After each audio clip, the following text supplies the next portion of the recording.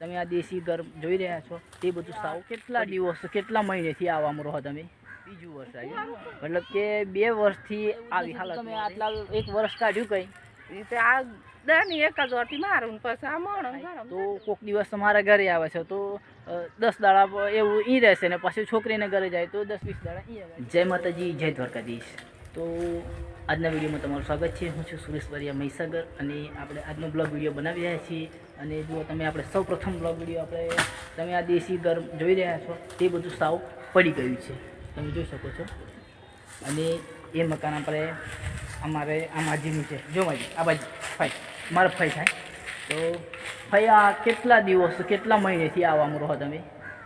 કુવારું કું 12 મહિના થયા, બીજું વર આવી ગયું. બીજું વર્ષ આવ્યું, મતલબ કે 2 વર્ષથી આવી હાલતમાં રહેશે.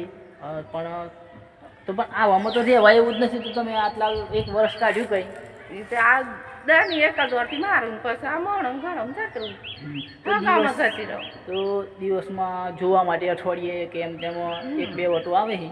અને પછી સગા સંબંધીના ઘેર, જેમ કે છોકરીના ઘેર, છોકરીના ઘેર અને નણંદ હોય ને આ ગામમાં કોઈક સારું વ્યક્તિ હોય તો થોડા દાડા રવા દે. પણ તમે જ વિચારો કે અત્યારના જમાનામાં કોઈના ઘરે જઈને આટલો સમય ગાળવો એ બહુ સારી વાત ના કહેવાય. અને કોઈ રાખે બી નહીં. તો અમારે ફૈબા થાય તો કોઈક દિવસ અમારા ઘરે આવે છે તો 10 દાડા એવું ઈ રહેશે ને પછી છોકરીને ઘરે જાય તો 10-20 દાડા ઈ ગાડીએ. તો એ રીતે છોકરીના ઘરે દાડા કાઢું.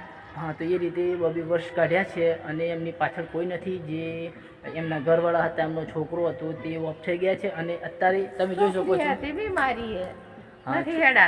છોકરી એમની છે એને બીમાર છે. તો હવે એના ઘરે જાય તો બી તકલીફ છે કે એને રોધીને કોણ આપે, ઉડતી સેવામાં ડબલ થઈ જાય.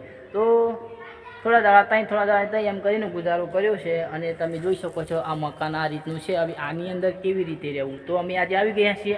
આને થોડું કમ્પ્લીટ કરવાનું છે. તો અમે બધું સાફ સફાઈ કરી અને પત્ર આગળ છે અને થોડીક મોદ લાવ્યા છીએ. તો આપણે એ મોદને કમ્પ્લીટ કરી દઈશું. તો ભાઈ પછી તારે અહીંયા જ રહેવાનું ને? હે કરવા નીચું કરવાનું હે બીજું?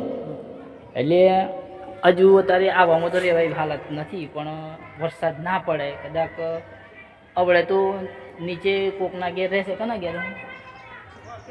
કુટુંબમાં નથી, બીજો ઘર તો સગા સંબંધીમાં રહેશે ને કુટુંબમાં ઘર હોય તો જેના સાથે સારો સંબંધ હોય એવાના ઘેર રહી અને દિવસો વિતાવે છે. પણ આપણે એવું નથી કરવું, કેમ કે લોંગ ટાઈમ કોઈના ઘેર રહેવું એ બી સારું ના લાગે. કોઈ રવા બી ના દે. અને જેને આટલા સુધી સમય આપણે સાચવ્યા એમનો આભાર માનાય કે ભાઈ આપણે થોડી વાર આટલા રવા દીધા. અને ખાવો પીવો અત્યારે બહુ મોંઘવારી. તો હવે એ મિત્રો જો આપણે કોઈ નહીં, આપણે જે ફઈનું જે મકાન આપણે જે બનાવવાનું છે, હવે જે અત્યારે તો મકાન ફાઇનલ બને એમ નથી, કારણ કે એટલું બધું બજેટ આપણી જોડે નથી. તો આપણે આને સાફ સફાઈ કરીશું અને પત્રો છે એ હપારી કરી અને પછી મોદ નાખીને એને ચોમાસામાં રહેવાય એવી આપણે સગવડ કરીશું. પણ મારા મિત્રો તમે સપોર્ટ કરશો, આ વિડીયોને બને એટલો શેર કરશો તો આપણે પછી આ ફઈનું મકાન થોડું પાકું આપણે બનાવીશું.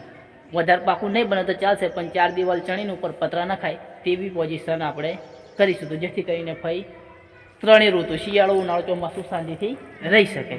તો મિત્રો ખાસ નહીં કહેતો, તમારી જોડે પૈસા નથી માગતો, પણ આ વિડીયોને બને એટલું તમે શેર કરજો અને સપોર્ટ કરજો. ચલો મળીશું ફરી બીજા વિડીયોમાં. ત્યાં સુધી જય હિન્દ, જય દ્વારકાધીશ. ભગવાન તમારું સારું કરે. તો ફઈ દુઆ આપે છે કે ભગવાન સારું કરશે.